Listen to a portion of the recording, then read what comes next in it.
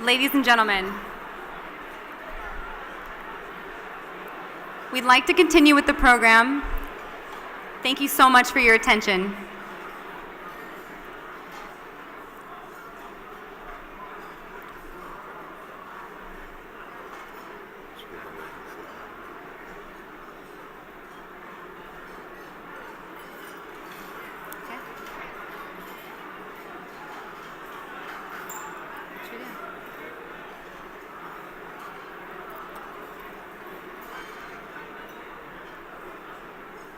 Go ahead.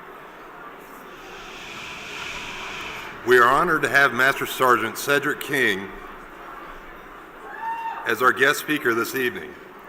Master Sergeant King was recently featured at the Concert for Valor on the Hall on Veterans Day. We will now play a video introduction from the concert that will show what an amazing soldier Master Sergeant King truly is. Master Sergeant King is accompanied by his lovely wife, Key. Master Sergeant Cedric King has been in the Army for nearly 20 years, including 10 years as an elite Army Ranger. He served 1 tour in Iraq and 2 more in Afghanistan. And on his last deployment, he was propelled into the fight of his life. In 2012, while leading a platoon on a mission in Afghanistan, Cedric was wounded when he stepped on an IED. His injuries were so severe that doctors put him into a medically induced coma, and he was sent to Walter Reed National Military Medical Center. And when he regained consciousness, Cedric realized that his toughest battle was about to begin. July 25th, 2012, I got blown up in Afghanistan. I remember waking up 6 or 7 days later and seeing my mom and my wife at the hospital. My wife said they had to take your legs away. I've had low moments to where I feel like it'd be better if I just died that day.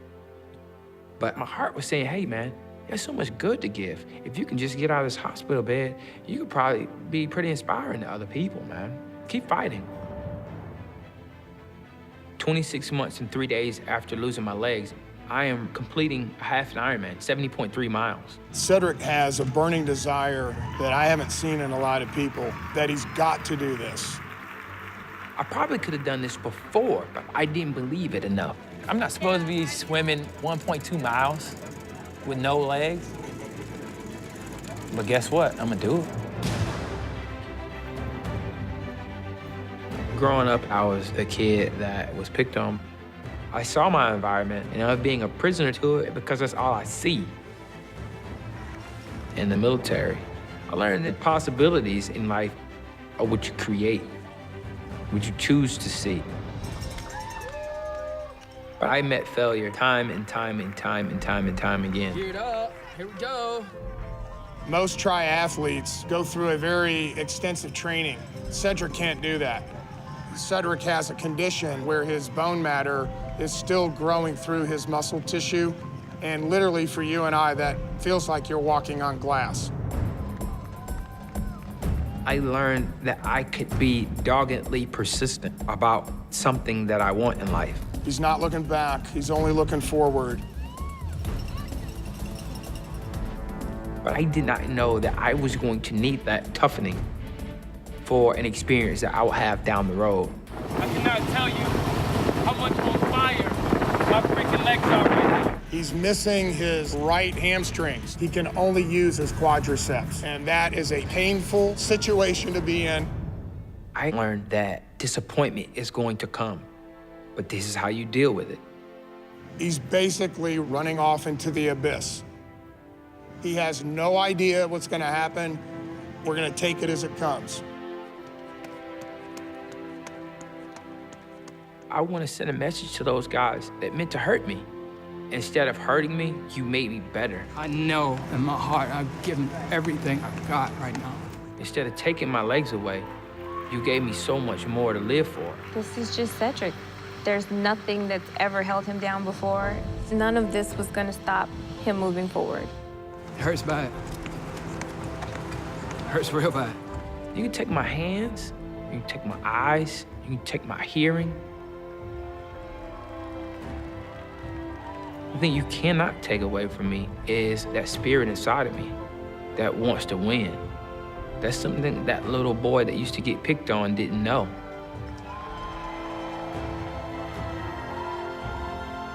I had a chance to meet Cedric at the White House last year and see his courageous spirit firsthand.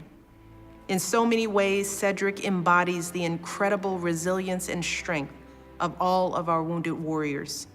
And so we owe it to these heroes to show just a tiny fraction of their commitment and service to this country with service of our own. So let's all join forces with heroes like Cedric, and together we can serve them as well as they've served us.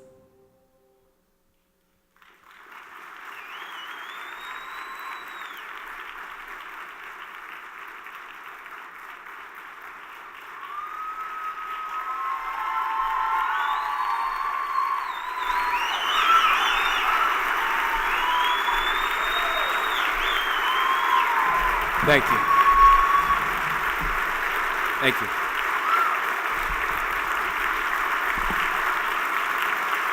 Thank you. Thank you. Thank you.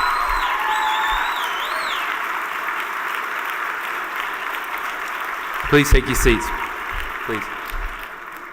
Thank you so, thank you so much. Thank you so much. I am honored to be here tonight.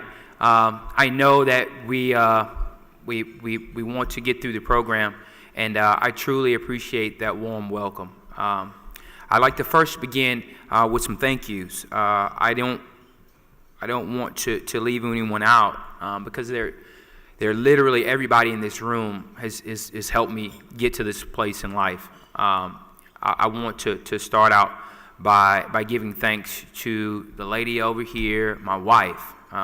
Babe, can you stand up? I know you're a little shy. But my wife has truly been there by my side from day one, from before day one. There have also been times where we've had tough times since we've been here, and I just want to say thank you for staying by my side. Thank you. I would also like to just share some thoughts. I've been here since August of 2012, and some of you say, well, wow, why are you still here? You should be gone by now. But it's truly been a labor of love and soul searching and a journey. And I get to go home in July. And while I'm here, I've learned so much. I've learned so much. There are three key components that I've put together that I've learned in these last 28 months, and they are faith, family, and focus. Without these three things, there is no doing an Ironman. There is no overcoming the things you're afraid of. There is no getting back to life again. There is none of that. And I just want you guys to know that without Walter Reed, I know I wouldn't be here. I wouldn't want to be here. There's so many times where I wanted to give up. And the people in this room have kept me on the path, have made sure that I kept believing when I didn't want to believe. The faith component is that belief that I began to understand that this happened, but it happened for a reason. It happened for a specific reason. And I didn't have to know it all at one time. I didn't need to know what the reason was. All I needed to know was that this happened to me. But it didn't happen to me to hurt me. It happened to make me better. It happened so that I could become a better Cedric. So I could become a better Sergeant King. These challenges that come in life, they don't come to kill you, because if they wanted to kill you, then you'd already be gone. But we face challenges every day. I'm not the only amputee in here, but we all understand that these challenges, they come to make you better and stronger, a better version of who you already are. The belief that the people will come. So many of you in this room have come along when I didn't understand where the next turn in this journey was going to be. When I didn't understand how many steps it was going to take for me to get to the end of the hallway, or for me to walk around the track in the Matsy, or when I didn't know how many surgeries it was going to take to even for me to get out of bed. There were people that came along that allowed me to understand that it would get better. And I will get back. Life will become better. The belief that there is an orchestrator behind all of this. I found out this simple principle in the last 28 months, and it's simply this. If I do everything that I can within my power, then there's a power that will come and do what I can't do.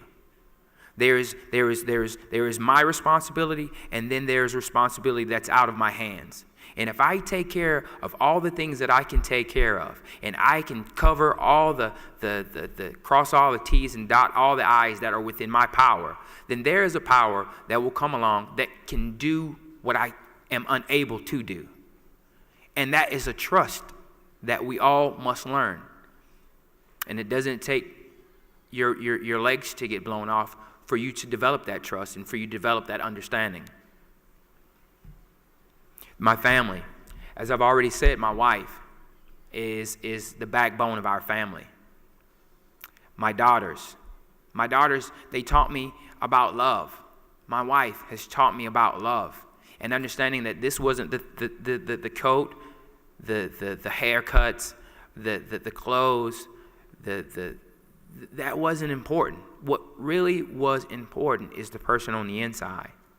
That is the person that they loved. That is the person that they still love. They didn't love me because I had legs. They did not love me when my legs were gone. True love loves the person that you can't see. True love loves the part of you that can't be touched. That's true love. And maybe it took this for me to understand that. And maybe that's a part of the journey that we all must understand at some point or another. So many people rallied by my side. I thank the people who believed in me, as well as the people who didn't believe that this was going to be possible. There's so many people that came along and said that you're not supposed to be doing marathons. You're not supposed to do triathlons. You're only a year and 7 months out of the you having your legs blown off. But I believed in something bigger than my own abilities. I believed in something stronger than my own body. I believed that there was a purpose behind me wanting to do it.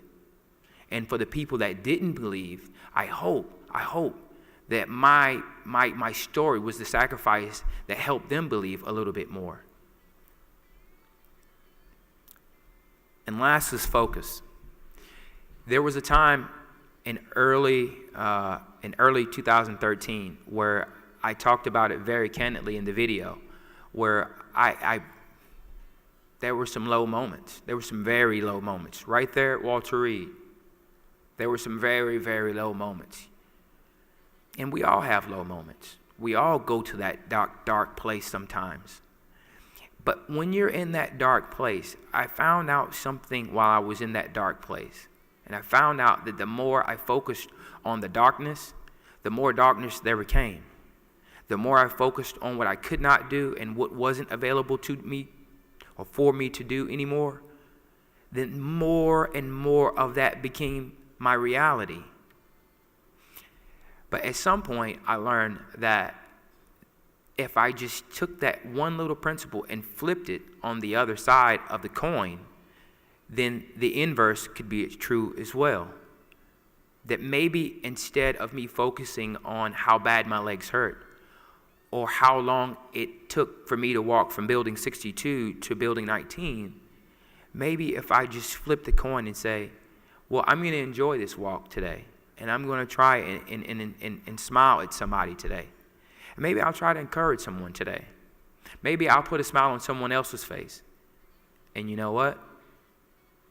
the very smiles that I put on other people's faces, I begin to receive. And I don't know how it works, and I don't know why it works, but it just does. It just does. The things that you focus on and the things that you put your attention on, they expand. The things that you give your attention to, they expand, and that works for good things and for bad. The realization that my attitude was the thing that was going to determine my success or my failure. My attitude, understanding that what happened to me, it didn't have to happen inside me. The day came along. The day became upsetting. But that doesn't have to happen inside me. Yes, there's poison out there. But don't let the poison poison you. That is what we all fight against. That's what we all struggle with. Allowing the poison to be all around us, but not allowing us to be poisoned by it. Last, I would like to just send some special thank yous to some very important people who have come along the way and have helped my family and my daughters, my wife. They've helped us along this journey. Susan Sheehy, she's out here, and she put this together, but she's also, Susan's got a little cheering crowd over there. Mrs. Joan, Howard, all my therapists, you know who you are. You work tirelessly down in the MATC. All the doctors who've operated. Cameo Atkins, Mike Marmolejo, they all came along at some point and made sure that I was going to get where I needed to be at. Miss McElroy, the prosthetic department, Mike, my prosthesist, the Battle Company, NCOs. Where are you at, Battle Company? AWOL tonight. Okay. Okay, well, they're working tirelessly on on making sure that I'm successful right now. That's probably what they're doing. iPads for Soldiers, Semper Fi Fund, Yellow Ribbon Fund, and the Independence Fund. They all came along at my side and rallied at my side. I'd like to close with this. Before I was injured, I was trying to teach my daughter how to swim, and no matter how I tried to teach her, it just wasn't clicking. It wasn't clicking. So what I did was I bought her these floaties, and I put the floaties on my daughter, and she began to float, and she began to have a blast in the pool. But she wasn't learning the stroke like I wanted her to. As a dad, I wanted her to learn specifics. I wanted her to be able to count and breathe and stroke and count, breathe, stroke. And she wasn't getting it. She wasn't getting it. So as a dad, my wife's here and she's heard this before, so I can say it and I'm safe. But what I did was I began to take little bits of air out of her floaties, little by little. Little by little, I would take little pieces of air out of there. So I'd give them back to her the next day. She'd go out there and, she'd have a blast. And I'd take a little bit more the next day until by the end of the summer, she was swimming. She was swimming. And one day she gave me the floaties back and said, Dad, I don't want the floaties anymore. I can do it on my own. And that became something for me to understand about this journey. For so long, I thought that the way that I was living life had everything to do with what I could do, with my hard work, and the people that I knew, and the lucky breaks that I would get, my outstanding ERB or my PT score. I thought that those were the things that were making me successful, but they weren't. The thing that was making me successful is that higher power that came along to enable me to meet people, to have people's favor, to go out and enjoy life, to have a family, to find out what love is. That was the sustaining force behind me the whole time. And I was giving credit to so many other things. Thank you, and let's have a good night tonight. Good night.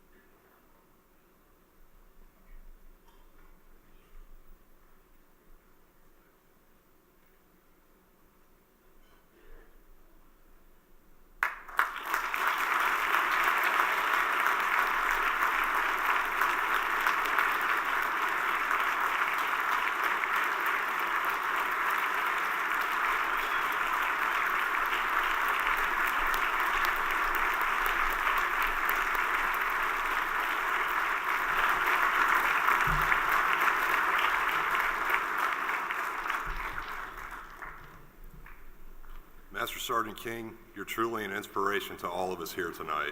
Thank you for your remarks. At this time, we'd like to ask you to please enjoy your dinner, smile amongst friends, and enjoy yourself. We will continue in a few.